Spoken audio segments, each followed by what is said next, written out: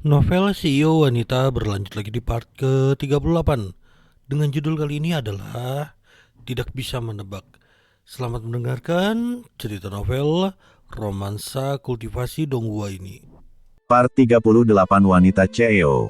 Mendengar peringatan wanita itu, Ye Feng, yang hendak mendorongnya, dengan patuh tetap berada di dalam air. Setelah Susuan meletakkan handuk di air untuk menutupi Ye Feng, seorang wanita masuk.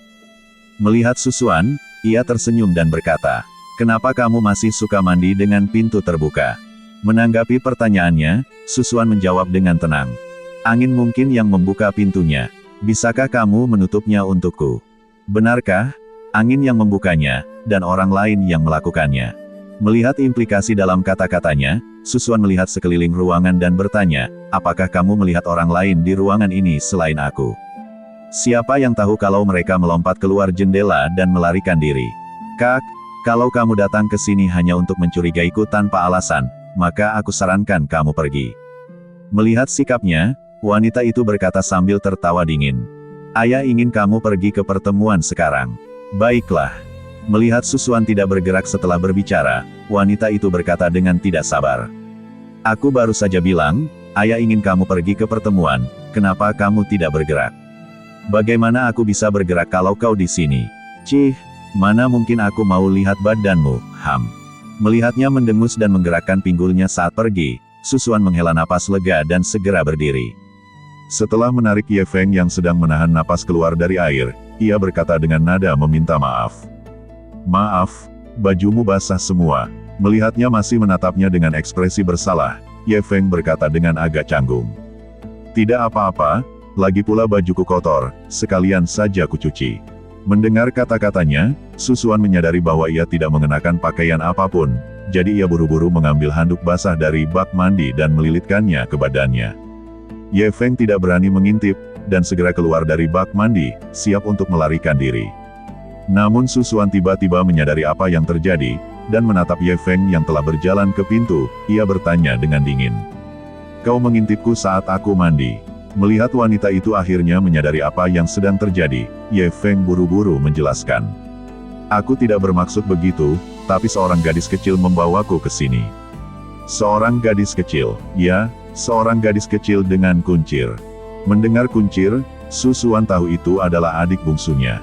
Gadis kecil ini selalu suka menggodanya, jadi dia membawa Ye Feng ke sini setelah melihatnya. Menyadari telah salah paham, Susuan berkata dengan nada meminta maaf. "Maaf, aku salah paham. Tolong tunggu di luar sebentar, aku akan keluar setelah berganti pakaian, oke?" Melihat betapa pengertiannya gadis ini, Ye Feng buru-buru mengangguk dan berlari keluar. Ye Feng menunggu dengan bodoh di ruang tamu untuk waktu yang lama sebelum akhirnya teringat mengapa dia datang ke keluarga Su. Dia menepuk dahinya dan bergumam pada dirinya sendiri, "Bagaimana aku bisa sebodoh itu? Pasti karena pengaruh Dong Fangqi."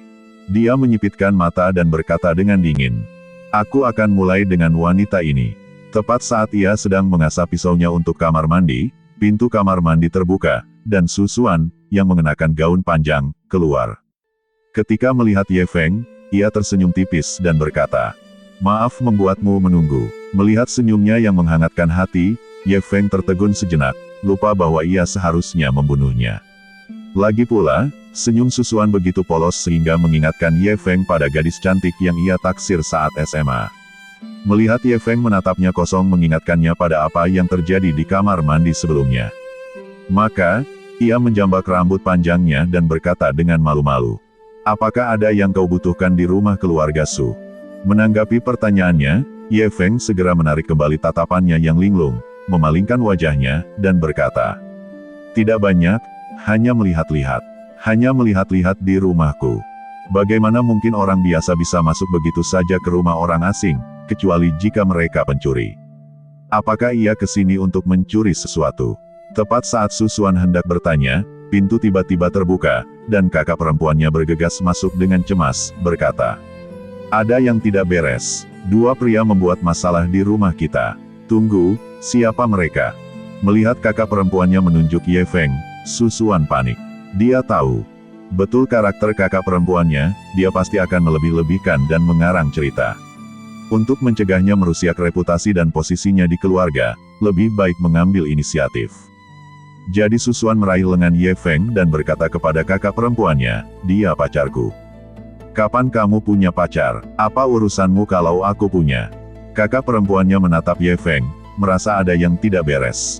Tetapi menyadari ini bukan saatnya untuk membahas itu, dia berteriak kepada Susuan. "Ada yang membuat masalah di rumah kita. Semuanya pergi ke taman belakang." Setelah mengatakan ini, kakak perempuannya menatap Ye Feng dalam-dalam, lalu berbalik dan berlari keluar ruangan. Setelah kakaknya pergi, Susuan menghela napas lega. Melihat Susuan masih memegang lengan Ye Feng, ia segera melepaskannya dan berkata dengan canggung, menundukkan kepala. "Maaf, situasinya mendesak, jadi kukatakan kau pacarku. Tolong jangan pedulikan." Mendengar permintaan maaf Susuan, Ye Feng menggaruk kepalanya dan tersenyum, lalu berkata, "Tidak apa-apa, aku tidak kehilangan apapun. Baiklah, kalau begitu aku." Sebelum Susuan sempat menyelesaikan kalimatnya, kakak perempuannya berlari kembali dan mendesaknya. "Kenapa kau berlama-lama? Cepat pergi ke taman belakang. Dan kau, karena kau pacar Susuan, ikutlah juga." Melihatnya menunjuk Ye Feng, Susuan berkata dengan agak canggung, "Kalau begitu kau boleh pergi dan melihat-lihat, tapi kau tidak perlu melakukan apapun. Anggap saja sebagai salah satu anggota keluarga kami dan awasi dari kejauhan." Melihatnya berkata demikian, Ye Feng tidak berkata apa-apa, mengangguk, dan mengikutinya keluar ruangan. Mereka bertiga tiba di taman belakang dan melihat Hua Suefeng menghancurkan barang-barang di mana-mana. Karena Ye Feng tidak memberi perintah pembantaian, Hua Suefeng takut dimarahi olehnya setelah ia menghabisi keluarga Su, jadi ia hanya membuat kekacauan untuk mengisi waktu. Saat itu, selain Ye Feng dan dua orang lainnya, ada puluhan orang lain di taman belakang, termasuk kepala keluarga Su, ayah Susuan, Su Bokang. Su Bokang sebenarnya tidak ingin membunuh Hua Suefeng, tetapi orang ini terlalu kuat. Bahkan jika puluhan anggota keluarganya menyerangnya bersama-sama, mereka tidak dapat mengalahkannya, jadi mereka hanya bisa menyaksikan tanpa daya saat ia menyebabkan kehancuran. Susuan memperhatikan Hua Suefeng memecahkan vas antik di sebuah rumah dan bergumam. Orang ini sepertinya sedang mencari sesuatu. Mungkinkah dia mencari darah kilin? Mendengar gumamannya, Ye Feng bertanya dengan rasa ingin tahu. Darah kilin, itu gumpalan darah yang diwariskan dari zaman purba, konon berasal dari kilin. Itu adalah bahan yang dibutuhkan untuk memurnikan pil kebangkitan 9 putaran. Ye Feng sebelumnya telah membaca buku tentang pil kebangkitan 9 putaran dari seorang tabib surgawi, konon pil itu memiliki kemampuan untuk menghidupkan kembali orang mati. Namun, bahan obat yang dibutuhkan sangat langka, sehingga sejauh ini Ye Feng hanya menemukan mutiara malam yang sangat dingin. Darah kilin memang merupakan bahan penting untuk pil kebangkitan 9 putaran, dan Ye Feng khawatir di mana menemukannya. Tak disangka, keluarga Su memilikinya. Karena ada darah kilin di sini, mari kita gunakan kesempatan ini sebagai dalih untuk menghancurkan keluarga Su. Tepat ketika Ye Feng hendak memberi sinyal kepada Hua Suefeng untuk menghancurkan tempat itu, Su Suan melanjutkan. Tapi dia tidak bisa menemukannya. Ye Feng, yang sudah hendak bersiul, bertanya dengan ragu setelah mendengar kata-kata Su Suan. Kenapa dia tidak bisa menemukannya? Karena darah kilin ditempatkan di lokasi yang sangat rahasia, dan orang luar tidak akan bisa menemukannya. Bagaimana kalau mereka menyiksamu? Percuma saja, karena hanya kakekku yang tahu di mana darah kilin itu berada, dan kakekku sedang menyendiri dan tidak di rumah, jadi interogasi mereka terhadap kita sia-sia. Melihat bahwa mendapatkan darah kilin tidak akan semudah itu, Ye Feng berpikir sejenak dan untuk sementara mengurungkan niat untuk menghancurkan keluarga Su, berpikir bahwa tidak akan terlambat untuk menghancurkan keluarga Su nanti setelah mendapatkan darah kilin. Saat itu, kakak perempuan tertua Susuan tiba-tiba mendorong Ye Feng dan mendesak. "Kau sudah dewasa, kan? Bersembunyi di balik kerumunan, iya. Cepat usir kedua pria itu." Melihat kakaknya menyuruh Ye Feng pergi, Susuan buru-buru berkata, "Mereka sangat kuat, bahkan ayah pun tak sanggup menghadapi mereka. Meminta pacarku pergi sama saja dengan mengirimnya ke kematian." Namun, kakak perempuannya menatap Ye Feng dan berkata, "Jika kau ingin mendapatkan persetujuan keluarga Su, maka mengusir mereka berdua adalah ujian kami untukmu." Mendengar ini, Su Suan ingin menolak, tetapi kemudian Ye Feng berkata, "Itu hanya mengusir mereka berdua, mudah saja. Kau hanya menyombongkan diri. Menghadapi sarkasme kakaknya, Ye Feng berkata dengan tenang. Jangan khawatir, meskipun aku menyombongkan diri, aku tidak akan menyombongkanmu. Ye Feng membalas dengan sinis dan bersiap berjalan menuju Hua Suefeng, tetapi Susuan langsung meraih lengannya, dengan cemas berkata. Ini bukan urusanmu, kau tak perlu ikut campur. Jangan khawatir, aku bisa mengatasinya. Ye Feng menepuk tangannya setelah berbicara, lalu berjalan menuju Hua Suefeng. Melihat sosoknya yang tinggi, Susuan menangkupkan kedua tangannya, berdoa. Kumohon, jangan biarkan apapun terjadi padamu. Ye Feng bukan pacarnya dan tidak punya kewajiban untuk membantunya. Jika bukan karena ia tidak ingin mempermalukannya, ia tidak akan pergi mencari kedua pria itu. Jadi Susuan tersentuh sekaligus khawatir. Di bawah tatapan semua orang, Ye Feng memasuki ruangan tempat Hua Suefeng berada. Melihat Hua Suefeng buang air kecil di dinding dan Dong Fangqi duduk di meja dengan wajah bosan, Ye Feng dengan marah berkata. Kalian berdua, orang bodoh yang sombong, berani membuat masalah di sini, akan kuhajar kalian sampai babak belur. Mendengar suara Ye Feng, Hua Suefeng berbalik dan bertanya dengan curiga. Apa kau salah baca naskah?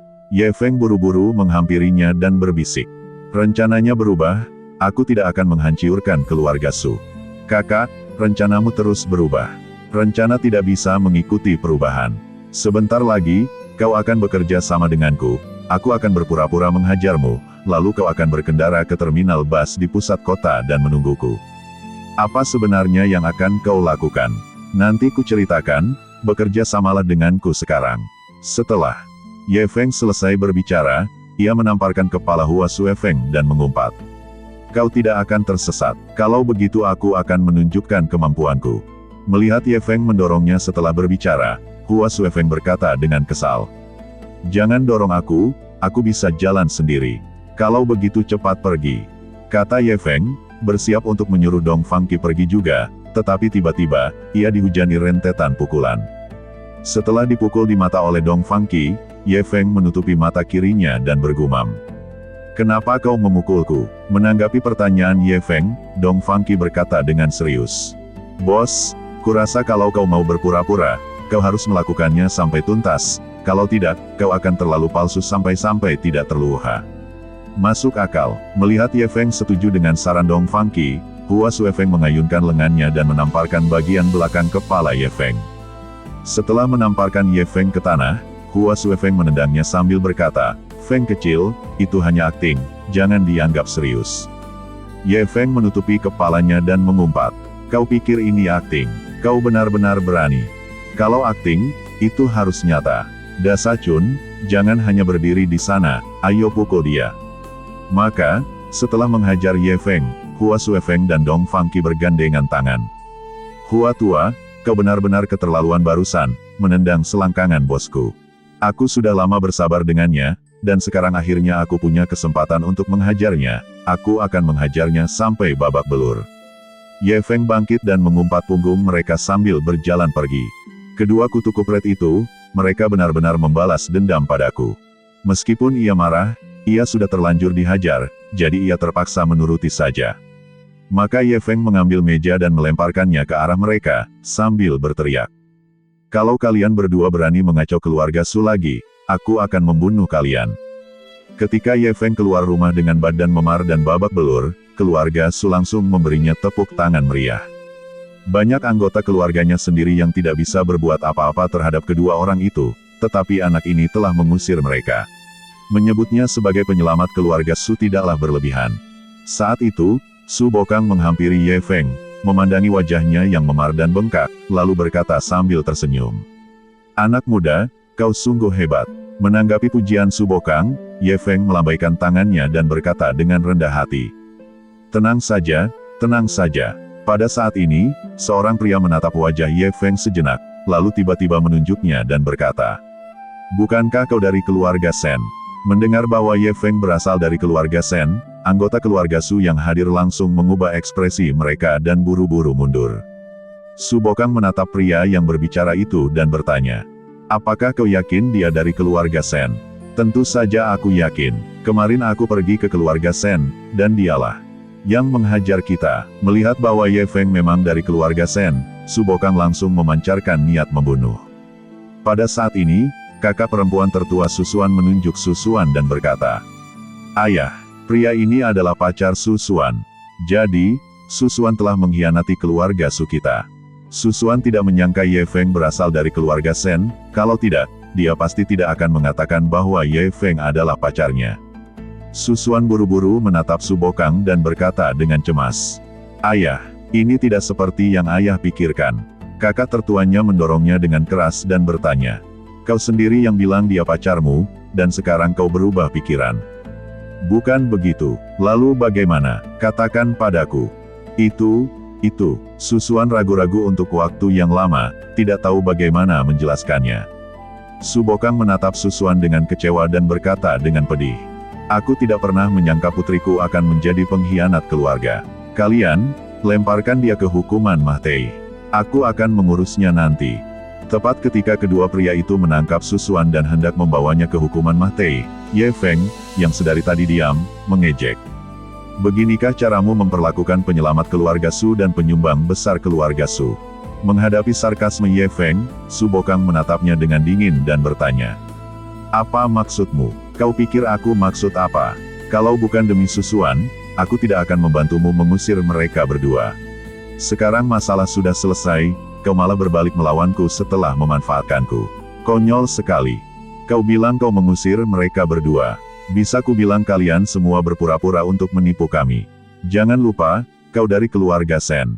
Menghadapi tuduhan Su Bokang, Ye Feng menggertakkan buku-buku jarinya dan berkata, "Kau salah. Aku bukan dari keluarga Sen. Aku hanya antek yang disewa keluarga Sen. Mereka membayarku, aku mengerjakan pekerjaan mereka, itu saja." Mendengar kata-kata Ye Feng, Su Bokang terdiam. Jika dia memang hanya antek keluarga Sen, maka konflik antara keluarga Su dan Sen sepertinya tidak ada hubungannya dengan dia. Saat itu, kakak perempuan tertua Susuan berkata, "Apa salahnya preman? Preman juga membantu keluarga Sen melawan keluarga Su kita, jadi apa bedanya mereka dengan anggota keluarga Sen? Perbedaannya sangat besar. Lagi pula, kau juga bisa memintaku untuk melawan keluarga Sen, kan?" Ye Feng membalas dan berjalan ke sisi Susuan. Menatap mata Susuan yang rumit, ia berkata lembut, Suan, aku kasihan padamu karena latar belakang keluarga seperti itu. Ikutlah denganku, kita cari tempat terpencil dan hidup bahagia. Sedangkan keluarga Su, biarkan mereka mengurus diri mereka sendiri." Setelah mengatakan ini, Ye Feng tidak peduli apakah Susuan setuju atau tidak, meraih tangan kecilnya, dan berjalan menuju pintu. Tentu saja, Ye Feng sebenarnya tidak ingin kawin lari dengan Susuan, tetapi ia yakin Su Bokang pasti akan berusaha mempertahankan mereka. Bahkan jika ia tidak berusaha mempertahankan mereka, itu tidak masalah, ia akan menelepon Hua Suefeng nanti dan meminta mereka kembali. Setelah membunuh beberapa anggota keluarga Su, Su Bokang tentu menyadari betapa pentingnya keberadaannya. Taruhan Ye Feng membuahkan hasil. Setelah berpikir cepat, Su Bokang tahu jika ia mempertahankan Ye Feng, mereka tidak akan berdaya jika kedua orang itu datang untuk membuat masalah lagi. Lagi pula, mempertahankan Ye Feng di sini akan memutus dukungan terbesar keluarga Sen, jadi jika mereka pergi ke keluarga Sen lagi, Ye Feng tidak akan mengalahkan mereka. Setelah menganalisis dan mempertimbangkan untung ruginya, Su Bokang buru-buru berteriak kepada Ye Feng. "Menantu, tunggu sebentar." Mendengar Su Bokang memanggilnya menantu, Ye Feng tahu ia telah membuat taruhan yang tepat. Ia berbalik dan menatap Su Bokang yang berlari menghampiri, lalu berkata dengan tenang, "Jangan panggil aku menantu. Susuan sudah memutuskan hubungan dengan keluarga Sumu, jadi sebagai pacarnya, aku juga tidak ada hubungannya denganmu. Menantu, jangan bilang begitu. Aku hanya lengah dan tidak bereaksi tepat waktu. Jangan marah padaku." Melihat Su Bokang mengakui kesalahannya, Ye Feng menunjuk Susuan di sampingnya dan bertanya, "Apakah dia masih pengkhianat keluarga Sumu?"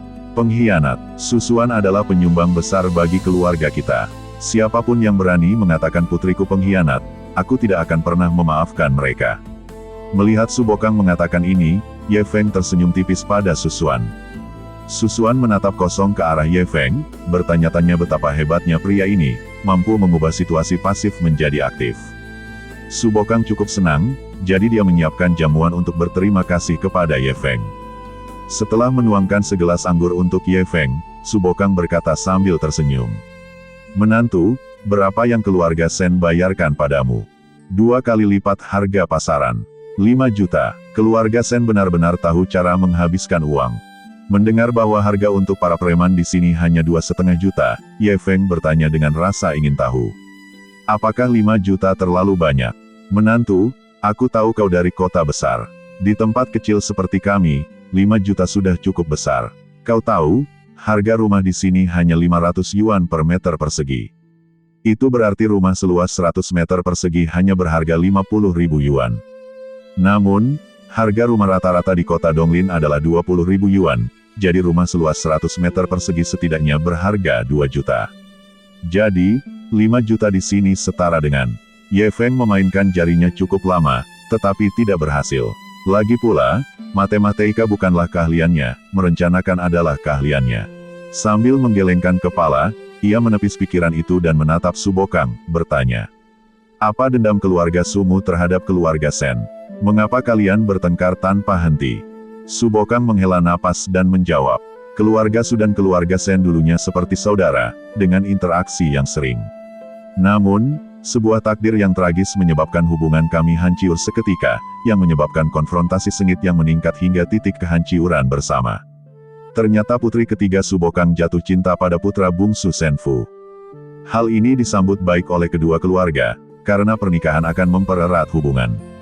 Namun, Su Bokang kecewa karena putra bungsu Sen Fu tidak hanya berselingkuh, tetapi juga menyiksanya. Tak tahan menanggung kekerasan dan pengkhianatan, Su Bokang gantung diri. Setelah mengetahui kematian tragis putrinya, Su Bokang segera memimpin sekelompok orang menemui keluarga Sen untuk meminta penjelasan. Meskipun kedua keluarga memiliki hubungan yang baik, jika menyangkut putrinya, hubungan terbaik sekalipun terasa sia-sia. Sen Fu sangat protektif terhadap keluarganya sendiri, menolak mengakui kesalahan putra bungsunya. Sebaliknya, ia menyalahkan putri ketiga Su Bokang yang meninggal secara tragis, mengklaim bahwa ia telah berzina, merayu pria lain, dan gantung diri karena malu setelah putranya mengetahuinya. Melihat Sen Fu berani memfitnah putrinya, Su Bokang segera memimpin anak buahnya untuk melawan Sen Fu dan kelompoknya. Dalam kekacauan itu, putra bungsu Sen Fu terbunuh. Pada titik ini, benar dan salah tak lagi penting, karena perseteruan berdarah telah terbentuk di antara kedua keluarga. Sejak saat itu, kedua keluarga memulai pertikaian selama setahun. Hingga baru-baru ini, ketika seorang tetua dari keluarga Su dipukuli hingga meninggal di jalan oleh Sen Xing dan anak buahnya saat berbelanja bahan makanan, konflik antara keluarga Su dan Sen semakin memanas. Hari itu, keluarga Su kami pergi ke keluarga Sen untuk membalas dendam, dan kami bertemu denganmu, menantu." Melihat perseteruan mereka, Ye Feng menggaruk kepalanya dan berkata, "Mereka benar-benar dekat ketika mereka dekat, dan benar-benar saling membenci ketika mereka membenci. Menantu, jadi ayah mertuamu ingin meminta bantuanmu. Bantu aku menghancurkan keluarga Sen. Bolehkah? Bagaimana menurutmu? Aku baru saja membantu keluarga Sen melawanmu, lalu aku membantumu melawan keluarga Sen. Bukankah reputasiku akan hancur? Bagaimana mungkin aku bisa bekerja di bidang ini lagi?" Menghadapi penolakan Ye Feng, Su Bokang buru-buru berkata, "Kau tidak perlu menjadi tentara bayaran lagi. Selama kau menghancurkan keluarga Sen, aku akan menjadikan Susuan kepala keluarga Su kita. Kau akan menjadi suami kepala keluarga Su. Bukankah itu jauh lebih bergengsi daripada menjadi tentara bayaran?" Ye Feng benar-benar tergoda oleh saran Su Bokang. Tentu saja, bukan karena ia ingin menjadi suami Susuan, tetapi karena jika Susuan menjadi kepala keluarga Su, akankah ia bisa mengetahui dari kakeknya di mana darah kilin disembunyikan? Jika ia berhasil mendapatkan darah kilin, maka perjalanan ini akan sepadan. Namun, ia baru saja setuju untuk membantu Sen Xiao Xiao menghancurkan keluarga Su, lalu ia berbalik dan menghancurkan keluarga Sen. Sekalipun Sen Xiao Xiao menjadi hantu, dia tidak akan melepaskannya. Lagi pula, Ye Feng selalu bertindak sesuai prinsip. Dia tidak tega mengkhianati majikannya. Maka Ye Feng menggelengkan kepalanya dan berkata, "Aku, Maple Leaf, bukan orang yang bergantung pada wanita, jadi Patriark Su, aku tidak bisa menyetujui permintaanmu." Menghadapi penolakan Ye Feng, Su Bokang tahu ia agak terlalu terburu-buru. Lagi pula, Ini baru hari pertama Ye Feng di rumahnya, dan ia sudah mengajukan permintaan seperti itu. Iya, pikir ia bisa menunggu sebentar lalu membahas masalah ini secara perlahan dengannya, dan mungkin Ye Feng akan setuju saat itu. Maka Su Bokang mengambil gelas anggurnya dan berkata sambil tersenyum. Kalau begitu, jangan bahas ini lagi, ayo minum. Setelah menghabiskan minumannya, Su Bokang ingin Ye Feng tetap tinggal, tetapi Ye Feng berkata, aku ada urusan. Aku punya reputasi yang baik, dan banyak orang meminta bantuanku. Oh, kalau begitu aku tidak akan memaksamu. Susuan, antar Maple Leaf keluar. Susuan mengangguk dan mengikuti Ye Feng keluar dari rumahnya. Setelah berjalan beberapa saat, Susuan menundukkan kepalanya dan berkata, terima kasih telah menyelamatkan keluarga Su hari ini dan telah membantuku keluar dari masalah. Kalau tidak, akibatnya pasti tak terbayangkan. Menanggapi rasa terima kasih Susuan, Ye Feng berhenti dan tersenyum, lalu berkata, mungkin ini takdir. Mendengar kata takdir mengingatkan Susuan pada saat Ye Feng tak sengaja melihatnya sedang mandi. Jika bukan karena kebetulan ini, semua yang terjadi setelahnya tak akan terjadi, membuat wajahnya sedikit memerah. Ye Feng tidak memeriksa apakah wajahnya memerah, melainkan menatap jalan di depan dan berkata, aku harus pergi, selamat tinggal. Melihat Ye Feng pergi setelah berbicara, Susuan buru-buru bertanya, akankah kita bertemu lagi? Menanggapi pertanyaan ini, Ye Feng tidak menoleh dan berkata, dunia ini tampak besar, tetapi sebenarnya sangat kecil. Melihatnya pergi tanpa menoleh ke belakang, Susuan bergumam, jadi kita akan bertemu lagi. Kuharap hari itu segera tiba. Ye Feng tiba di terminal bus, menemukan G-Wagonnya, masuk, dan memandang Hua Suefeng dan Dong Fangqi, lalu berkata, awalnya aku berencana menghancurkan keluarga Su, tetapi karena beberapa hal, aku memutuskan untuk mengubah rencanaku. Hua Suefeng, yang sedang mengorek giginya, berkata dengan acuh tak acuh. Apa? Siapa yang kau sukai kali ini? Aku tidak menyukai siapapun. Keluarga Su memiliki darah kilin. Aku tidak akan menyentuh keluarga Su sampai aku mendapatkan darah kilin. Mendengar bahwa keluarga Su memiliki darah kilin, Hua Suefeng bertanya dengan rasa ingin tahu. Bagaimana kau tahu keluarga Su memiliki darah kilin? Aku mempelajarinya dari Susuan, tetapi hanya kepala keluarga tua yang tahu di mana darah kilin itu berada. Tetapi dia sudah mengasingkan diri, jadi aku berencana untuk menunggu sampai dia keluar. Baiklah, kemana kita pergi sekarang? Ayo pulang, kita bicarakan nanti. Kota Donglin. Setelah kembali ke rumah, Ye Feng terus berlari di antara Li Mengyao dan Lin Wenwen. Meskipun sedikit lelah, dia sangat menikmatinya. Bagaimanapun, bersama mereka selalu menjadi pengalaman yang membahagiakan. Seminggu berlalu dengan cepat. Paviliun Xiangyun. Presiden Ye, apa kabar?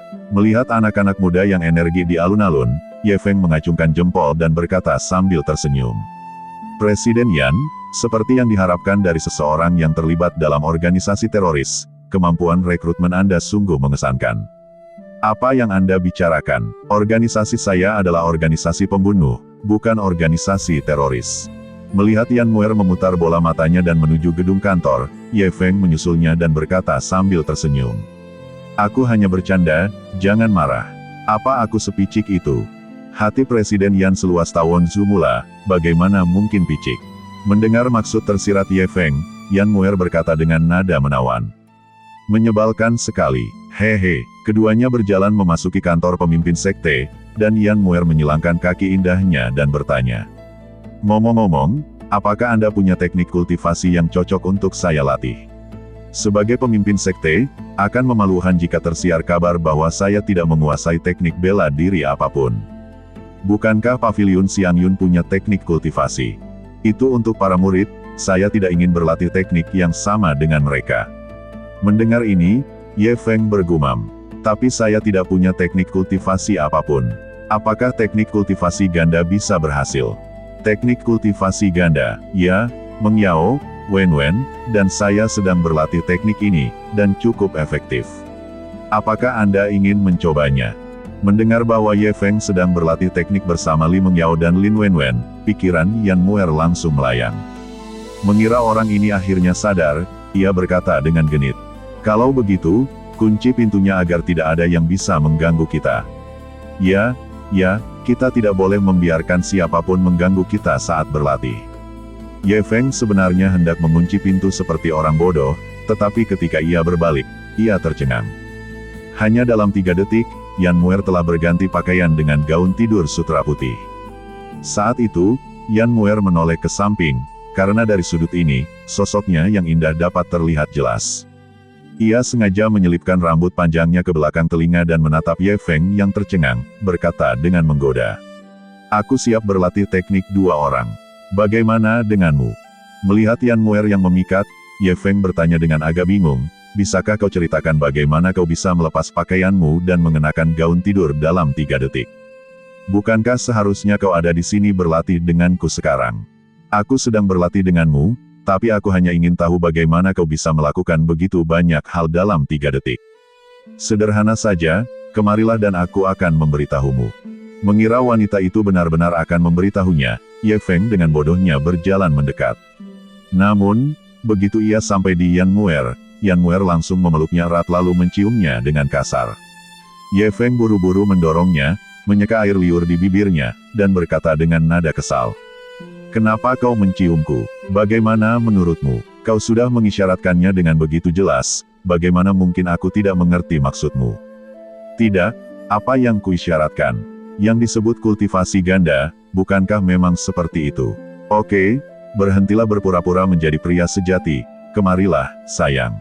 Melihat Yan Muer berlari ke arahnya lagi, Ye Feng buru-buru menghindar dan berkata dengan cemas. Kultivasi yang kumaksud adalah kultivasi sejati, bukan menggunakan kultivasi sebagai alasan untuk melakukan hal-hal cabul. Mendengar Ye Feng mengatakan ini, Yan Muer, yang hendak meraihnya, tiba-tiba berhenti, mengerutkan kening, dan bertanya. Kau benar-benar tidak mau tidur denganku? Kakak, meskipun aku bukan orang baik, aku juga bukan orang jahat. Oh, begitu, kau boleh pergi sekarang. Melihat wajah Yan Muer langsung murung, Ye Feng merasa ia mungkin sudah keterlaluan, jadi ia berkata. Jangan marah, aku tidak marah, kau boleh pergi sekarang. Tapi aku tahu kau benar-benar marah. Melihat ini, Yan Muer berhenti bicara, menariknya, dan mendorongnya keluar dari kantor. Ye Feng menggedor pintu dan berkata dengan keras. Presiden Yan, maaf. Ya, pintu terbuka segera setelah Ye Feng selesai berbicara, dan Yan Muer, yang mengenakan setelan putih, berkata dengan tenang. Baiklah, masuk. Ye Feng menatap punggung anggunnya dan berkata, benar-benar bingung. Kau berganti pakaian dalam 3 detik lagi. Bagaimana kau melakukannya? Bisakah kau mengajariku? Aku benar-benar ingin belajar. Belajarlah. Cepat ajari aku teknik berganti pakaian. Didesak Yan Muer, Ye Feng berkata. Tapi aku benar-benar ingin belajar cara berganti pakaian dalam 3 detik. Baiklah, aku akan mengajarimu sekarang. Melihat Yan Muer menarik roknya untuk melepaskannya setelah berbicara, Ye Feng menyadari bahwa ia akan segera melihat badannya. Ia segera meraih tangan Yan Muer dan berkata, aku tidak ingin belajar lagi, ayo kita pelajari tekniknya. Aku tidak bisa berkata-kata, jangan marah, marah membuatmu menua lebih cepat. Mendengar Ye Feng mengatakan ini, Yan Muer menarik tangannya dan berkata dengan penuh arti. Memangnya kenapa kalau aku tua? Lagi pula, tidak ada yang menginginkanku. Apa yang kau katakan? Belum lagi kau punya banyak uang, lihat saja wajah cantik dan badanmu yang memikat. Aku yakin tidak ada pria yang akan menolakmu. Lalu apa kau menginginkanku? Dihadapkan dengan pertanyaan Yan Muer, Ye Feng tidak bisa berkata-kata. Ia begitu fokus menghiburnya hingga ia benar-benar menutup diri. Setelah hening sejenak, Ye Feng tiba-tiba berkata dengan gestur halus. Sebenarnya, aku perempuan. Oh, coba ku periksa apakah kau perempuan. Presiden Yan, jangan main-main, penampilanmu buruk. Jangan berani-berani menyentuhku seperti itu. Setengah jam kemudian, Ye Feng membuka matanya dan menatap Yan Muer yang duduk di hadapannya, bertanya. Bagaimana perasaanmu? Menghadapi pertanyaan Ye Feng, Yan Muer menghirup udara panas dan berkata. Aku merasa sedikit kepanasan. Merasa kepanasan itu wajar, lagi pula, aliran ki sejati dalam badan akan membuat badan memanas.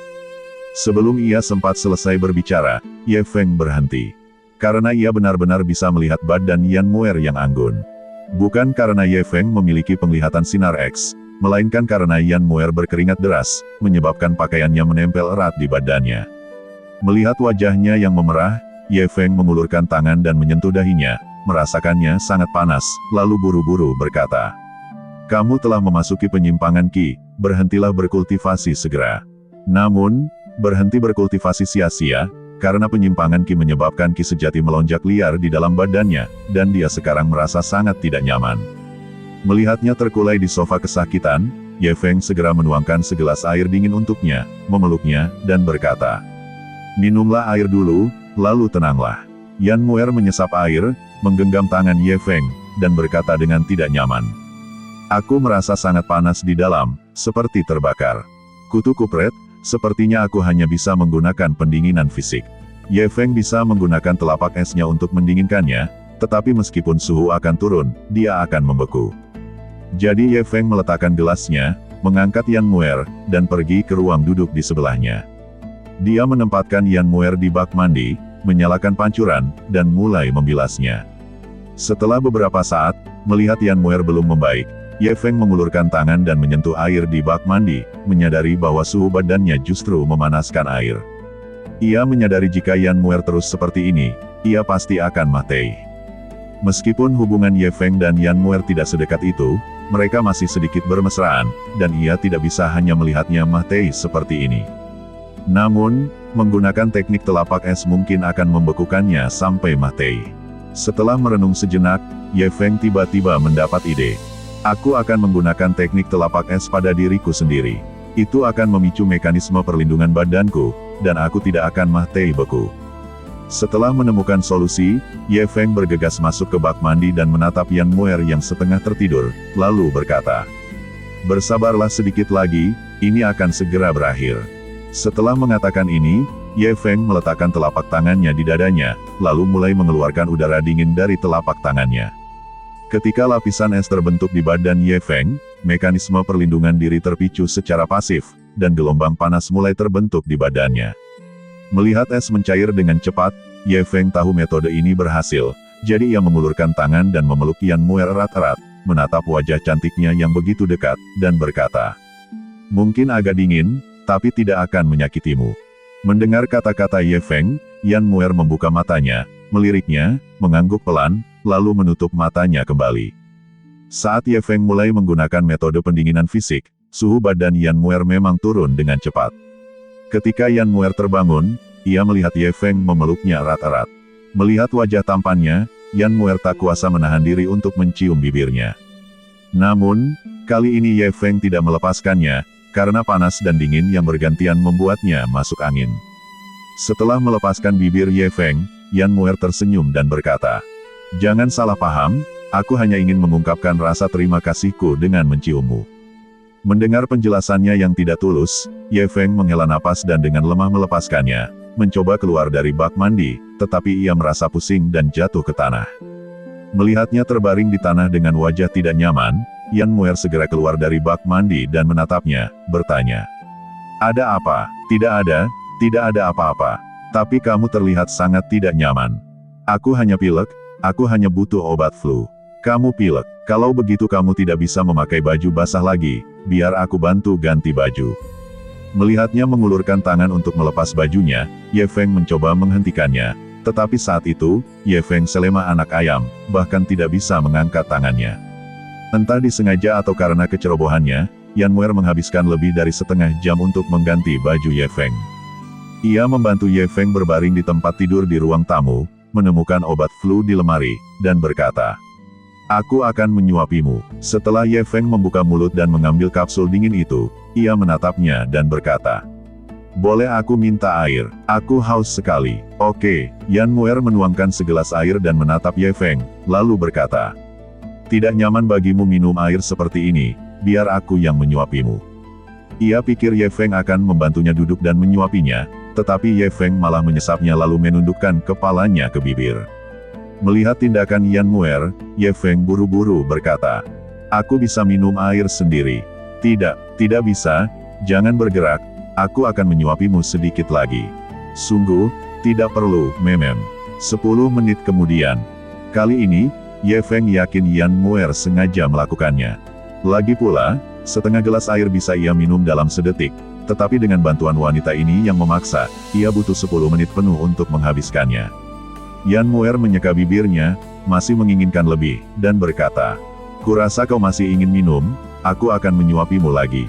Melihat wanita ini belum selesai, Ye Feng buru-buru berkata, "Aku tidak haus, sungguh, masih bohong, bibirmu pecah-pecah dan berdarah. Omong kosong, itu lipstikmu, aku tidak peduli, kamu hanya haus." Melihat wanita itu tetap mencium bibirnya, Ye Feng mendorongnya dengan paksa dan berkata dengan cemas, "Aku bahkan bisa berpura-pura minum air, tapi sekarang kamu bahkan tidak berpura-pura lagi, kan? Aku tidak peduli ini atau itu, berbaring saja dan bersikaplah baik."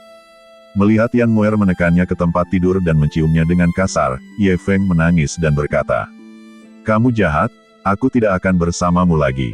Karena Ye Feng agak lemah, ia hanya bisa diam menahan siksaan Yan Muer. Setengah jam kemudian, Ye Feng bersandar di kusen pintu, keluar dari ruang tamu. Ia melirik Yan Muer yang sedang duduk di kursi sambil memoles lipstik, lalu berusaha meminimalisir kehadirannya saat menuju pintu. Namun, tepat saat ia sampai di pintu, Yan Muer bertanya, "Mau kemana?" Menghadapi pertanyaan Yan Muer, Ye Feng meletakkan tangannya di kenop pintu dan berkata, "Sudah malam, aku harus pulang." "Kenapa terburu-buru? Makan malam dulu sebelum pulang." "Aku tidak mau makan malam, terima kasih." Ye Feng menolak tawaran Yan Muer untuk tinggal dan membuka pintu. Namun, Yan Muer, yang mengenakan sepatu hak tinggi, berjalan mendekat saat itu, menarik Ye Feng kembali, dan menutup pintu. Menatap Yan Muer dengan senyum tipis di bibirnya, Ye Feng berkata dengan takut, "Jangan bertindak gegabah, atau aku akan berteriak. Lihat dirimu, kau membuatku terdengar seperti wanita jahat.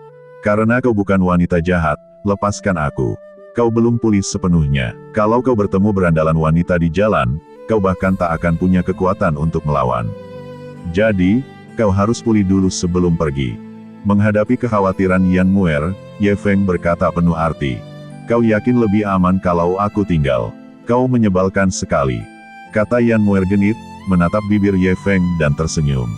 "Kurasa kau haus lagi." Melihat Yan Muer mencoba mengorek informasi darinya, ia memeluk lehernya. Ye Feng mendorongnya sambil berkata, "Aku benar-benar tidak haus. Jangan begini, Ye Feng tahu Yan Muer orang yang tak terkendali dan bisa jadi liar, tapi ia tak menyangka Yan Muer seliar ini. Selama 1 jam penuh, ia memanfaatkan rasa haus Ye Feng sebagai alasan untuk menciumnya.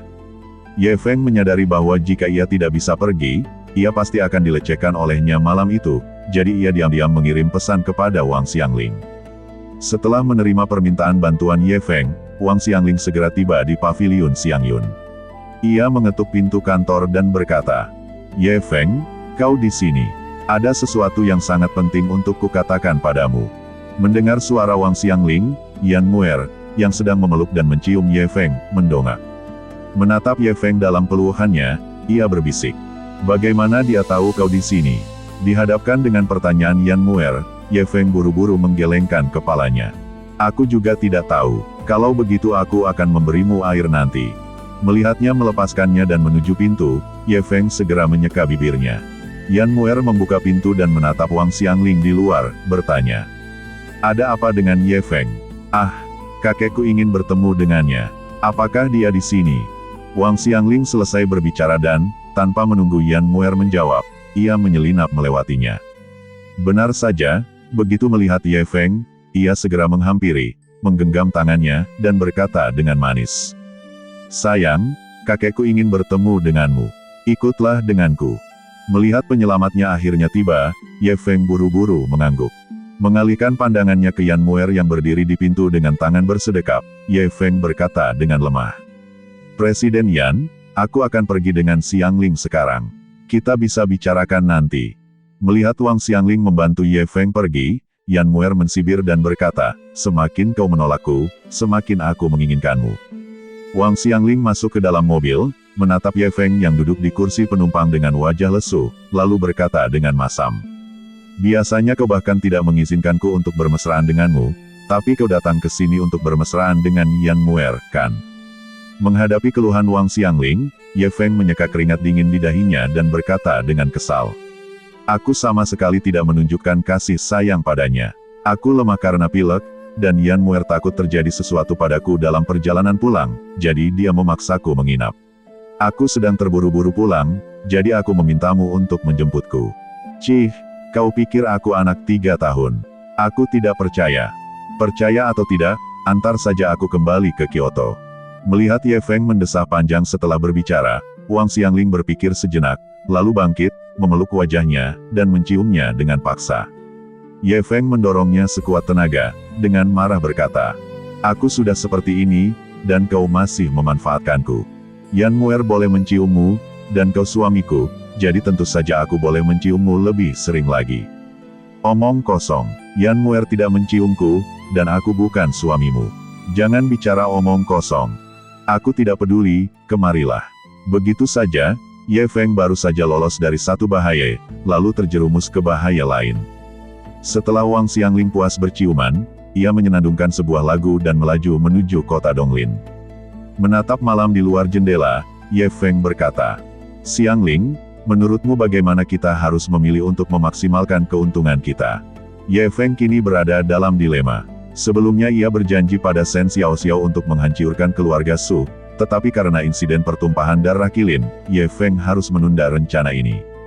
Shen Xiaoxiao, setelah mengetahui bahwa ia telah mengingkari janjinya, pasti tidak akan setuju dan bahkan mungkin akan membalas dendam. Meskipun Ye Feng tidak takut akan balas dendam Shen Xiaoxiao, ia sebenarnya tidak ingin terlibat dalam kekacauan ini.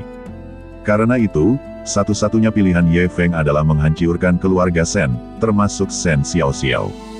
Namun, Ye Feng tidak ingin menghancurkan keluarga Shen, atau lebih tepatnya, ia tidak ingin menyakiti Shen Xiaoxiao. Hidup wanita ini sudah cukup tragis, perlakuan saudara tirinya membuatnya tak bisa berkata-kata karena marah. Kini setelah Shen Xing akhirnya meninggal, ia berharap Shen Xing akan membantunya menjadi pewaris keluarga Shen, agar tak ada yang berani menindasnya lagi. Namun, yang ia dapatkan bukan bantuan Shen Xing, melainkan janjinya yang diingkari. Menempatkan diri di posisinya, Ye Feng bisa membayangkan betapa sakitnya Shen Xiaoxiao. Meskipun konon orang yang mencapai hal-hal hebat harus kejam, Ye Feng jelas tidak bisa. Oleh karena itu, Ye Feng tidak ingin menyakiti Shen Xiaoxiao, tetapi ia juga tidak ingin melepaskan garis keturunan kilin, itulah sebabnya ia terjebak dalam dilema ini. Menghadapi pertanyaan Ye Feng, Wang Xiangling yang sedang mengemudi berkata dengan lembut, "Mengapa kau harus memilih? Karena jika kau tidak membuat pilihan, kau akan berakhir tanpa apa-apa, tidak mendapatkan apapun. Jika kau bisa menghindari membuat pilihan, maka keuntunganmu bisa dimaksimalkan. Bagaimana keuntungan bisa dimaksimalkan tanpa membuat pilihan?" Menghadapi kebingungan Ye Feng, Wang Xiangling tersenyum dan berkata, "Misalnya, kamu menyukai Li Mengyao dan kamu menyukaiku, tetapi kamu hanya bisa memilih salah satu. Jadi kamu harus membuat pilihan. Tapi siapapun yang kamu pilih untuk bersama, keuntunganmu tidak akan maksimal. Tapi jika kamu memilih untuk berkencan dengan kami berdua, maka keuntunganmu akan benar-benar maksimal." Meskipun Wang Xiangling menyiratkan bahwa dia ingin bersama Ye Feng tampaknya memahami sesuatu. Misalnya, Li Mengyao dan Lin Wenwen, melepaskan salah satu akan menjadi kerugian besar. Tetapi jika dia tidak melepaskan salah satu dari mereka, Ye Feng tidak akan menderita kerugian apapun. Jadi, setelah berpikir sejenak, Ye Feng tiba-tiba mendapat ide. Melihat wajah Wang Xiangling yang cantik dan menawan, dia dengan bersemangat berkata, "Selesaikan konflik antara kedua keluarga mereka, maka aku tidak perlu membuat pilihan." Melihat ekspresinya yang gembira, Wang Xiangling bertanya dengan rasa ingin tahu. "Konflik siapa yang ingin kau selesaikan? Aku kenal dua keluarga, dan aku punya urusan bisnis dengan keduanya. Tapi konflik mereka adalah pertarungan hidup atau mati, jadi jika aku bisa menengahi mereka, tentu saja aku tidak akan rugi apa-apa." Mendengar ini, Wang Xiangling berkata dengan tenang, "Ini bukan situasi hidup atau mati bagi mereka, konflik seperti ini mungkin sulit diselesaikan dengan sukses. Kesempatan lebih baik daripada tidak sama sekali. Kau yang menyetir, aku mau tidur siang." Melihat Ye Feng memejamkan mata, Wang Xiangling terpaksa menyetir dengan patuh. Ye Feng tertidur, dan ketika ia bangun, mobilnya sudah berhenti. Melihat mobil itu terparkir di dekat rumah Li Mengyao, Ye Feng menatap Wang Xiangling dan mendapati Wang Xiangling sedang menopang dagunya dengan tangannya, menatapnya dengan penuh kasih sayang. Ye Feng mengerutkan kening dan berkata dengan nada tidak senang, Kenapa kau menatapku seperti itu? Aku hanya ingin bertemu denganmu. Sudah cukup melihatmu. Pulang naik taksi, aku akan menyetir sendiri. Melihat Ye Feng membuka pintu mobil untuk keluar, Wang Xiangling tiba-tiba meraih lengannya dan berkata, "Sayang." Mendengar Wang Xiangling memanggilnya, Ye Feng menoleh dan menatapnya, bertanya dengan bingung.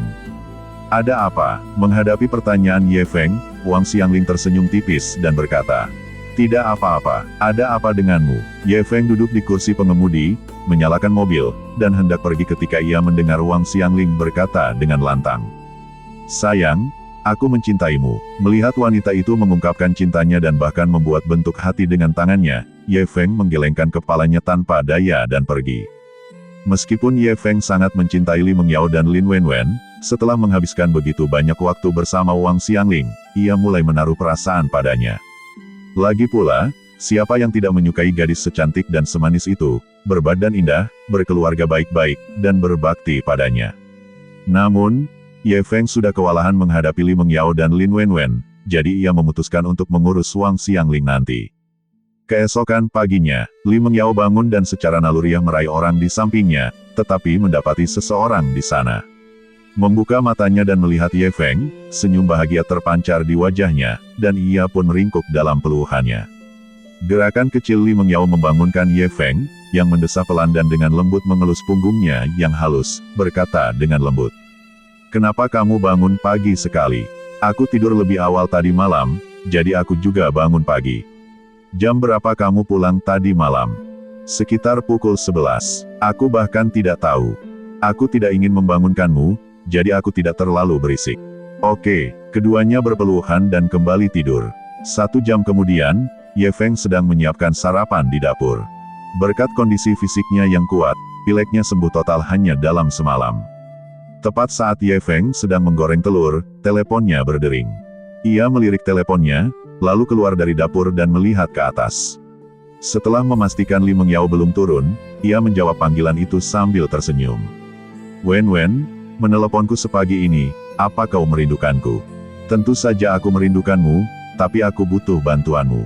Dengan hubungan kita, bukankah terlalu formal bagimu untuk meminta bantuanku? Apapun itu, suamimu akan mengurusnya dengan sempurna." Di lantai bawah, di perusahaan investasi sekuritas, Yan Muer pergi untuk mengelola pavilion Xiangyun dan menyerahkan perusahaan kepadaku. "Aku harus melakukan perjalanan bisnis ke luar kota selama 2 hari dan tidak bisa membawa Xiao Dingdang, jadi aku menitipkannya padamu untuk saat ini." Melihatnya menyerahkan ransel khusus untuk membawa kucing, Ye Feng mengambil ransel itu dan menatap Xiao Dingdang yang sedang tidur melalui penutup transparan, sambil tersenyum berkata, "Tidak masalah, tapi kau akan pergi kemana dalam perjalanan bisnismu? Kau mau aku ikut?" "Tidak perlu, aku akan pergi ke Kyoto bersama tim perusahaanku. Aku akan kembali dalam 2 hari. "Baiklah kalau begitu. Kalau ada masalah, telepon saja aku dan aku akan segera datang membantumu." Menanggapi janji Ye Feng, Lin Wenwen tersenyum dan berkata, "Jangan khawatir, tidak akan ada masalah. Aku harus mengejar penerbanganku sekarang, jadi aku tidak akan bicara denganmu lagi." "Tunggu sebentar, apa kau lupa sesuatu?" Melihat Ye Feng cemberut, Lin Wenwen melirik sekeliling lalu berjinjit untuk menciumnya. Lin Wenwen melambaikan tangan dan berkata, "Kalau begitu aku pergi dulu. Ingat jaga Xiao Dingdang baik-baik." "Jangan khawatir." Melihat Lin Wenwen masuk ke Maibah dengan sepatu hak tingginya, Ye Feng menghela napas lega sambil menatap Xiao Dingdang yang masih tertidur. "Aku pasti tidak bisa mengantarmu ke rumah Mengyao, kalau tidak dia pasti akan jatuh cinta padamu pada pandangan pertama. Bagaimana kalau dia bersikeras menahanmu di sini? Bagaimana aku harus menjelaskannya pada Wenwen?" Khawatir Li Mengyao akan merebut cinta orang lain, Ye Feng terpaksa membawa Xiao Dingdang ke perusahaan. Pukul 9 pagi, Ye Feng sedang menunduk membaca dokumen-dokumennya ketika mendengar suara mengeong. Ia melihat ransel di kursi dan melihat Xiao Dingdang sudah bangun dan menatapnya. "Wenwen harus melakukan perjalanan bisnis, jadi dia memintaku untuk menampungmu selama beberapa hari. Kau harus bekerja sama denganku selama beberapa hari ini dan jangan berlarian atau mengeong, mengerti?" Melihat bahwa ia akan menghabiskan waktu bersama Ye Feng selama beberapa hari ke depan, Xiao Dingdang tidak keberatan, ia hanya menggaruk penutup transparan ransel dengan cakarnya. Setelah Ye Feng membuka ransel, Xiao Dingdang melompat keluar. Ia meregangkan badan terlebih dahulu, lalu melompat ke bahu Ye Feng dan menggosokkan kepala kecilnya ke wajahnya. Ye Feng, yang wajahnya tertutup bulu kucing karena gesekan, mendorong ransel itu dan mengambil sosis dari laci. Sudahlah, jangan menggosoknya lagi, habiskan sarapanmu, aku masih harus bekerja. Melihat Ye Feng meletakkan sosis di depannya lalu melanjutkan pekerjaannya, Xiao Dingdang cemberut, lalu menundukkan kepalanya untuk menikmati sarapannya. Siang harinya, setelah Ye Feng dan Li Mengyao selesai makan siang, Ye Feng kembali ke kantornya dan mengeluarkan Xiao Dingdang dari ranselnya. Ia meletakkan paha ayam yang sudah dikemas di depannya dan berkata, "Paha ayam untuk makan siang." Meong, melihatnya makan dengan lahap, Ye Feng hendak kembali bekerja ketika tiba-tiba ia menerima telepon dari Tetua Agung Sekte Wang Yue. Sejak mengetahui bahwa Tetua Agung telah memanfaatkannya untuk membunuh suaminya, Ye Feng mengabaikannya. Menerima telepon dari wanita ini mengingatkan Ye Feng bagaimana wanita itu telah memanfaatkannya, jadi ia menjawab telepon dengan dingin dan bertanya, "Mengapa kau meneleponku, Master Sekte? Apakah kau masih marah padaku? Apa, kau memanfaatkanku, dan aku tidak boleh marah? Aku tidak bilang kau tidak boleh. Aku hanya berharap kau tidak marah, kalau tidak, jika kau sakit, apa yang akan terjadi dengan Sekte Wang Yue kita? Berhentilah berpura-pura baik, ada yang salah. Kalau tidak, aku tutup teleponnya. Ya, seseorang sedang mencarimu. Mereka ada di kantormu sekarang." Mendengar seseorang sedang mencarinya, Ye Feng mengerutkan kening dan bertanya, "Siapa yang mencariku?" Dia bilang namanya Shen Xiao Xiao. Mendengar Shen Xiao Xiao datang jauh-jauh ke Sekte Wang Yue untuk mencarinya, Ye Feng berpikir sejenak dan berkata, "Aku mengerti, aku akan ke sana sekarang." Setelah menutup telepon, Ye Feng menatap Dingdang kecil yang sedang makan kaki ayam dan bergumam, "Sepertinya aku harus mengajakmu." Ye Feng membawa Xiao Dingdang ke Sekte Wang Yue, dan setelah memasuki kantor ketua sekte, ia melihat Shen Xiao Xiao. Ketika Shen Xiao Xiao melihat Ye Feng tiba, ia buru-buru berdiri dan bertanya, "Mengapa kau belum menghabisi keluarga Su?" Menanggapi pertanyaannya, Ye Feng meletakkan ransel berisi Xiao Dingdang di atas meja dan menatap Shen Xiao Xiao, lalu berkata, "Keluarga Su tidak semudah itu dihabisi. Tapi beberapa hari telah berlalu. Sekalipun kau terburu-buru, beberapa hari lagi tidak akan berpengaruh. Lagi pula, aku tidak percaya menghabisi keluarga Su akan menyelesaikan kebencian di antara kalian berdua. Selama satu anggota keluarga Su masih hidup, kebencian kalian akan terus berlanjut selamanya." Mendengar kata-kata Ye Feng, Shen Xiao Xiao berkata dengan acuh tak acuh, "Mari kita kesampingkan kebencian untuk saat ini. Yang penting sekarang adalah aku menjadi pewaris keluarga Shen. Shen Kong tidak punya kemampuan untuk menghabisi keluarga Su. Dia bukan ancaman bagimu. Kau hanya butuh waktu, tunggu ayahmu menyerahkan keluarga ini kepadamu.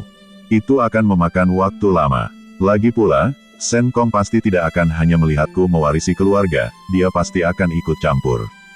Kalau begitu aku tidak bisa membantumu."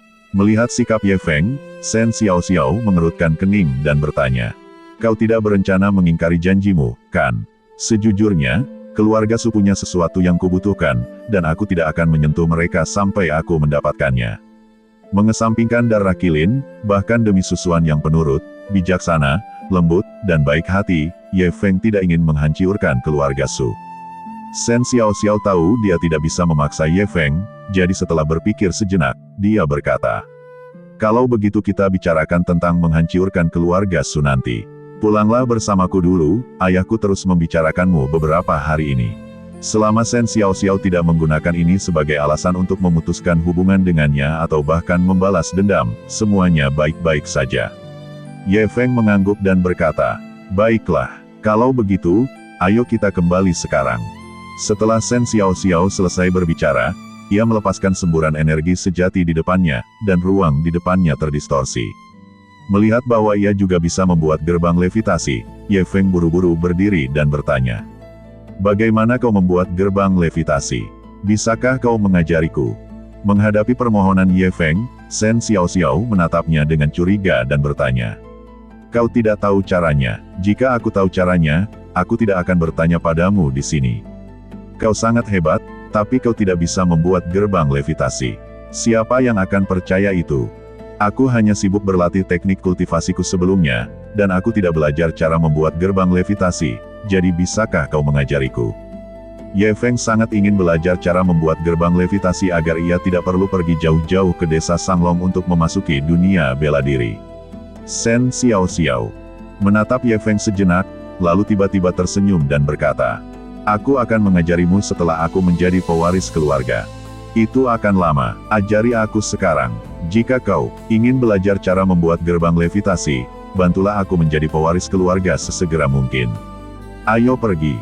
Melihatnya memasuki gerbang levitasi setelah berbicara, Ye Feng cukup kecewa, tetapi ia tak punya pilihan selain meraih ransel berisi Xiao Dingdang dan bergegas memasuki gerbang levitasi juga. Ketika keadaan di sekitarnya berubah, Ye Feng mendapati dirinya berada tepat di keluarga Sen. Sen Fu sangat gembira melihat Ye Feng dan menariknya untuk minum. Setelah Sen Fu menuangkan beberapa botol baijiu, Ye Feng, sambil membawa ranselnya, berkata, "Tidak, aku tidak mau minum lagi. Aku harus kembali." Melihat Ye Feng hendak pergi, Sen Fu menghentikannya dan berkata, "Menantu, kenapa kau terburu-buru pergi? Lagi pula, ini rumahmu, kau harus tinggal dan tidur di sini malam ini." "Ayah mertua, aku ada urusan." "Kau mabuk berat, apa yang akan kau lakukan?" "Xiao Xiao, cepat bawa tunanganmu kembali ke kamar untuk tidur." Sen Xiao Xiao mengangguk dan membantu Ye Feng berdiri. Melihat keadaannya yang mabuk, ia berkata lembut, "Kita akan ke kamar untuk tidur, semoga kau baik-baik saja. Aku ingin pulang. Ini rumahmu, ikut aku." Ye Feng, yang masih setengah tertidur, digiring ke kamarnya oleh Sen Xiao Xiao. Melihat Ye Feng berbaring di tempat tidur sambil masih memegang ransel berisi Doraemon, Sen Xiao Xiao mencoba mengambil tas itu, tetapi Ye Feng memegangnya erat-erat. Jangan coba-coba mengambil kucingku." Melihat ekspresinya, Sen Xiao Xiao berkata tanpa daya, "Aku tidak mencoba mengambil kucingmu, aku hanya ingin menjatuhkannya ke lantai." "Tidak, aku akan menahannya. Terserah kau saja." Melihat Sen Xiao Xiao bangkit dan pergi, Ye Feng mengalihkan pandangannya ke Xiao Dingdang, yang sedang menatapnya, dan bergumam, "Kau milik Wen Wen, tak seorang pun bisa membawamu pergi."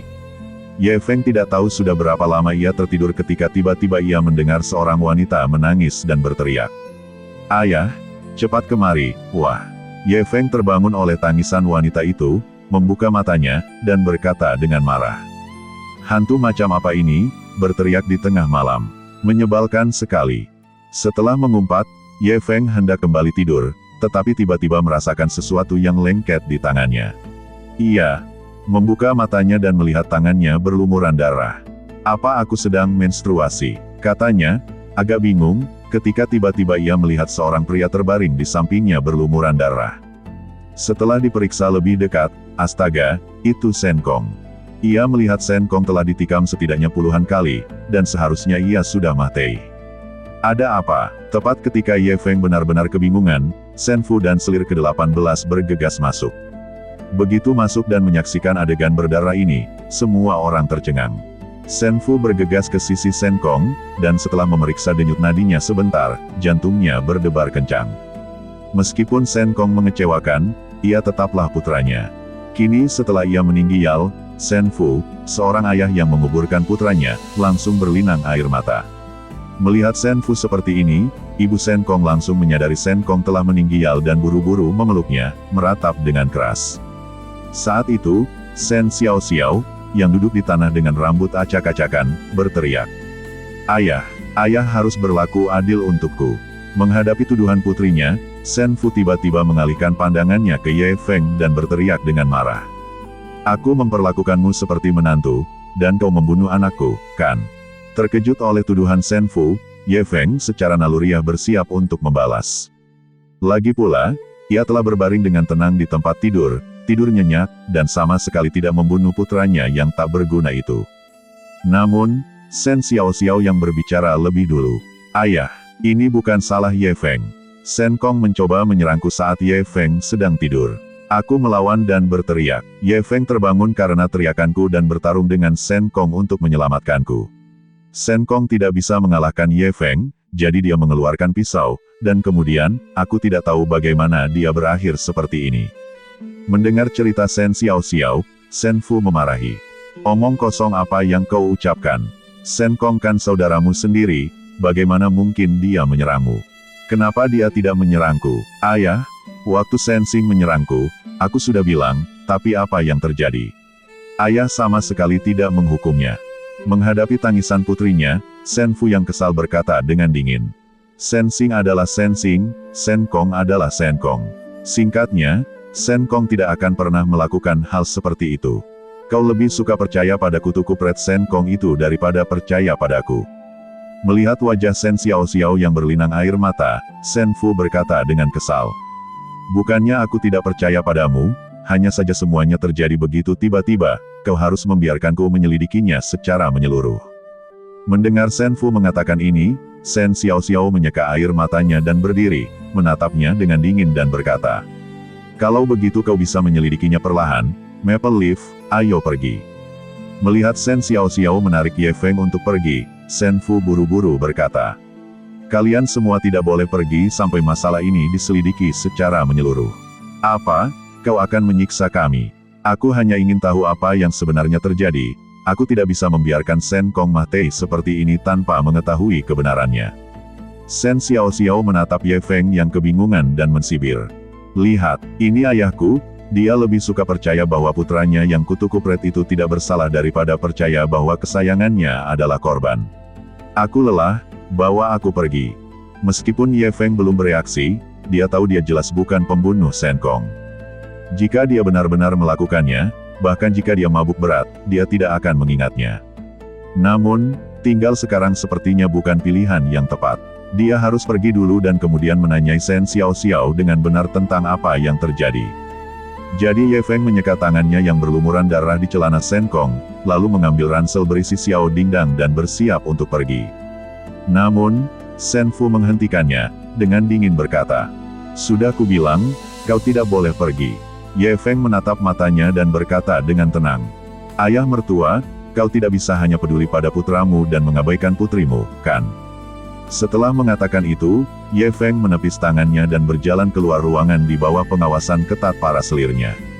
Sen Xiaoxiao berjalan ke sisi ibunya dan berkata, sambil menahan air mata.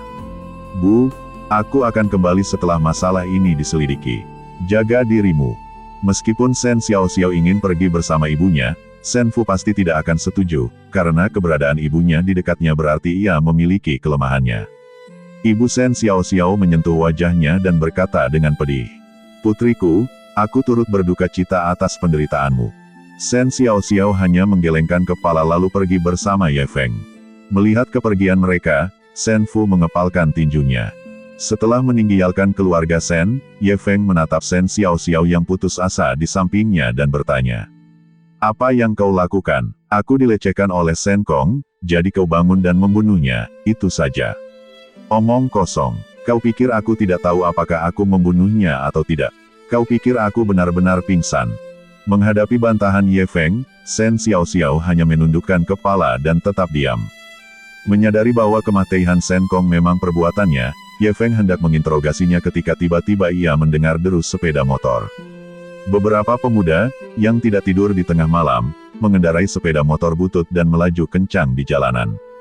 Ketika mereka melihat Sen Xiaoxiao hanya mengenakan gaun tidur yang robek, memperlihatkan kulit putihnya, mata mereka langsung terbelalak.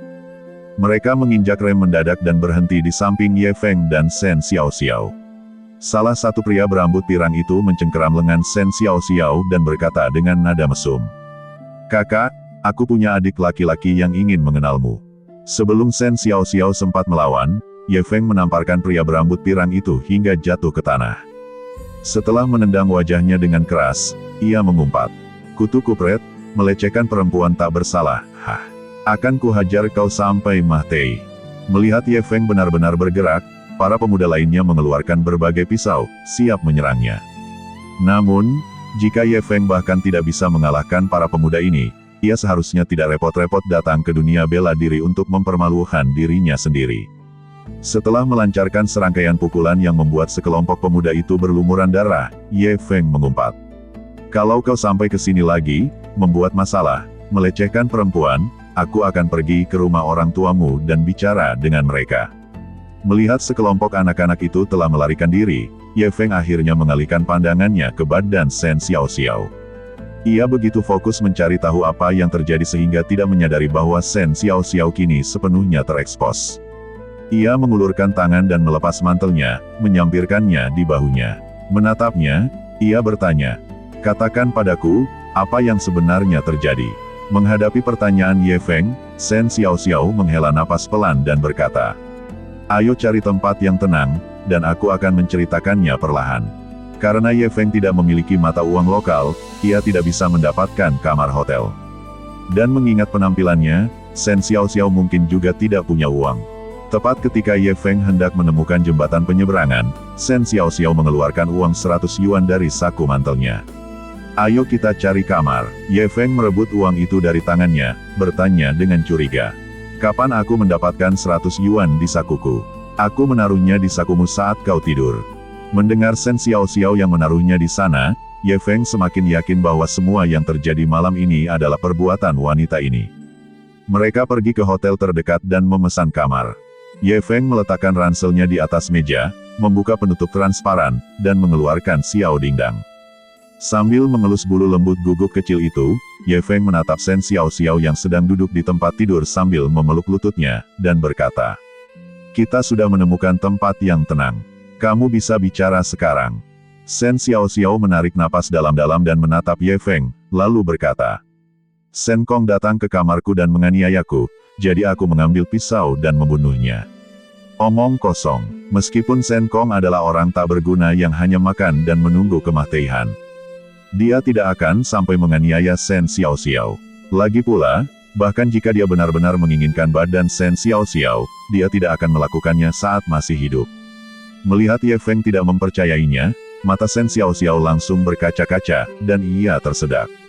"Ayahku tidak mempercayaiku, dan sekarang bahkan kau pun tidak mempercayaiku. Apa gunanya aku hidup?" Melihatnya berbaring di tempat tidur dan menangis setelah berbicara, Ye Feng bingung harus bertanya apa. Ia mengalihkan pandangannya ke Xiao Dingdang yang sedang menguap dalam peluhannya, dan setelah berpikir sejenak, berkata, "Tenang dulu, aku mau keluar mencari udara segar." Ia menggendong Xiao Dingdang keluar dan duduk di tangga, mengamatinya sambil bertanya, "Xiao Dingdang, apakah kau tidur saat Shen Kong meninggal?" Xiao Dingdang menggelengkan kepalanya mendengar pertanyaan Ye Feng.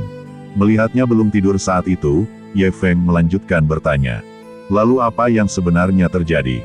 Apakah Shen Kong benar-benar menyerang Shen Xiaoxiao?"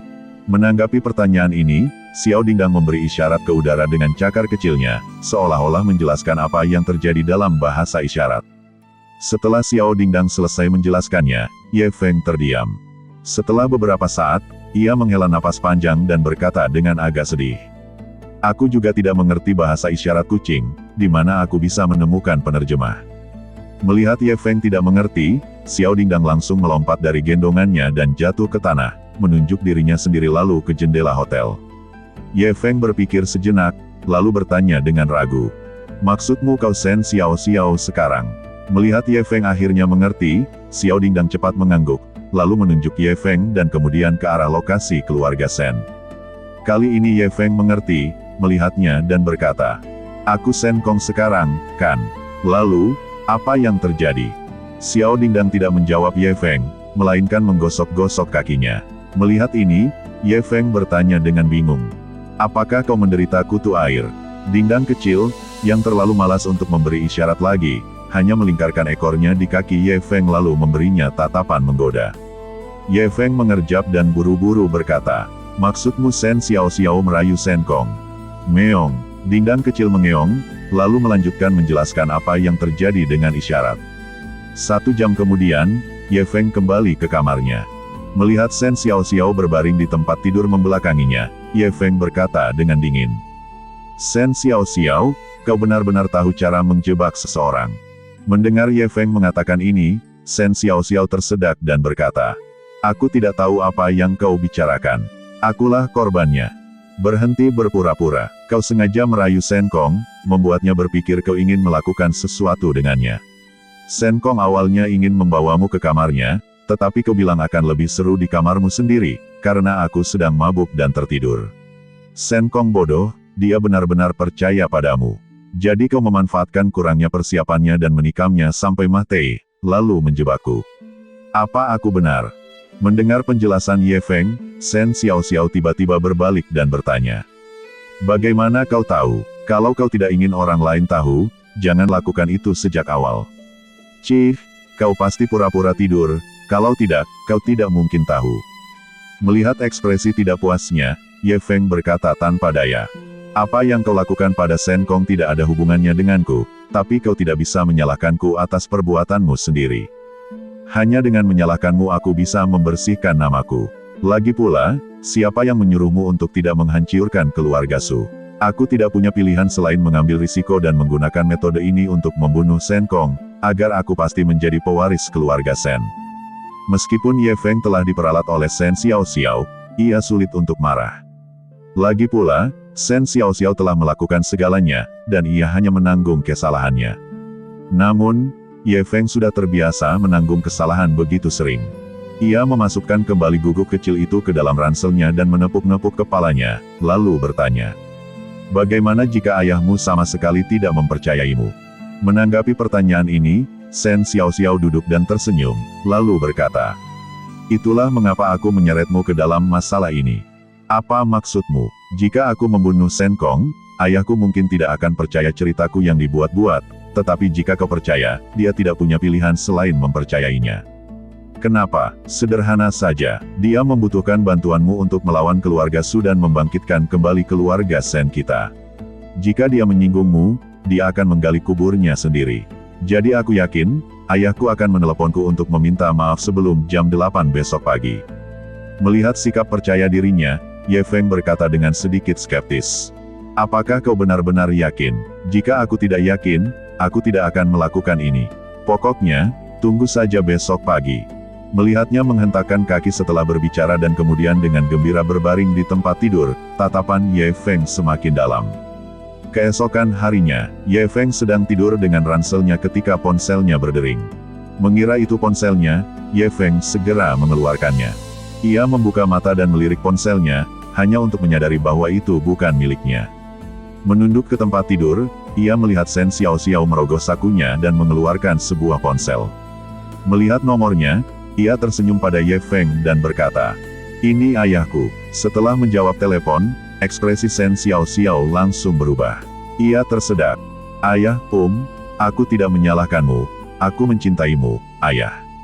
Setelah menutup telepon, Shen Xiaoxiao melompat gembira, berkata, "Lihat, sudah kubilang, ayahku menelepon untuk meminta maaf." Melihat semuanya berjalan sesuai rencana, Ye Feng mensibir. Kau benar-benar jenius dalam merencanakan. Bahkan orang sepintar dirinya telah jatuh ke dalam perangkap Shen Xiaoxiao beberapa kali tanpa menyadarinya, yang cukup untuk membuktikan bahwa ia memang berbakat. Shen Xiaoxiao mengabaikan pujian Ye Feng, melompat dari tempat tidur, dan menatapnya, berkata, "Baiklah, ayo pulang dan terima permintaan maaf ayahku. Aku tidak mau pergi, aku tidak tertarik. Kau tunanganku, dan pembunuh Shen Kong yang sebenarnya, bagaimana mungkin kau tidak pergi?" Enyahlah. Pada akhirnya, Ye Feng tetap kembali ke rumah keluarga Shen bersama Shen Xiaoxiao. Sebenarnya, Ye Feng juga ingin memastikan apakah Shen Fu benar-benar seperti yang dikatakan Shen Xiaoxiao, dan harus percaya bahwa Shen Kong telah menganiaya Shen Xiaoxiao. Begitu keduanya masuk, Shen Fu menghampiri dan berkata dengan rasa bersalah. "Putri, menantu, aku sudah menyelidiki dan menemukan. Si kutu kupret Shen Kong lah yang bersalah lebih dulu. Menantu, membunuhnya sepenuhnya adalah pembelaan diri. Aku senang anak itu mati, kalau tidak, aku pasti sudah menghajarnya sampai mati." Mendengar bahwa Shen Fu memang seperti yang dikatakan Shen Xiaoxiao, Ye Feng bertanya dengan rasa ingin tahu. "Bisakah kau ceritakan bagaimana kau menyelidikinya?" Menghadapi pertanyaan Ye Feng, Shen Fu berkata dengan agak canggung. "Ini rahasia keluarga Shen kita. Aku akan memberitahumu setelah kau dan Xiao Xiao menikah. Ini bukan sesuatu yang berharga, kenapa dibuat-buat begitu misterius?" Menghadapi ketidakpuasan Ye Feng, Shen Fu tersenyum canggung dan menatap Shen Xiao Xiao dengan nada meminta maaf, lalu berkata, "Maafkan aku, nak, ayah membuatmu menderita. Ini semua salah ayah." Mendengar permintaan maaf Shen Fu, Shen Xiao Xiao tercekat dan berkata, "Ayah, aku tidak menyalahkan ayah, aku benar-benar tidak menyalahkan ayah." Anak baik, Ye Feng tinggal 1 hari lagi dan mendapati keluarga itu sangat bahagia, seolah-olah tidak terjadi apa-apa malam sebelumnya. Merasa ada yang tidak beres, Ye Feng memanggil Shen Xiao dan menatapnya, lalu berkata, "Tidakkah ayah merasa ada yang salah dengan ayahmu? Meskipun putranya telah berbuat salah lebih dulu, sang ayah sama sekali tidak menunjukkan kesedihan, atau mungkin ia sedang menyembunyikannya, tetapi aktingnya begitu bagus sehingga kesedihan itu tidak terlihat." Justru karena Shen Fu bersikap begitu normal, Ye Feng merasa ada yang salah. Mendengar kata-kata Ye Feng, Shen Xiao mengibaskan rambut panjangnya dan berkata dengan tenang, "Kukira hanya aku yang menyadarinya. Jadi ayahmu sama sekali tidak pernah percaya padamu." "Benar, sejak Sensing, dia hanya percaya pada putranya. Dia tidak pernah percaya padaku, putrinya. Jadi kali ini, dia tampak percaya padaku di permukaan, tetapi jauh di lubuk hatinya dia tidak. Lalu jika dia tidak percaya padamu, mengapa berpura-pura percaya? Coba tebak, aku benar-benar tidak bisa menebak." Shen Xiao mengulurkan tangan dan menepuk kepala Ye Feng dengan jenaka, berkata, "Gunakan otak kecilmu dan pikirkan lagi. Jika kau ayahku, apa yang akan kau lakukan sekarang?" Ye Feng berpikir sejenak dan berkata, "Aku pasti akan membunuh kita berdua.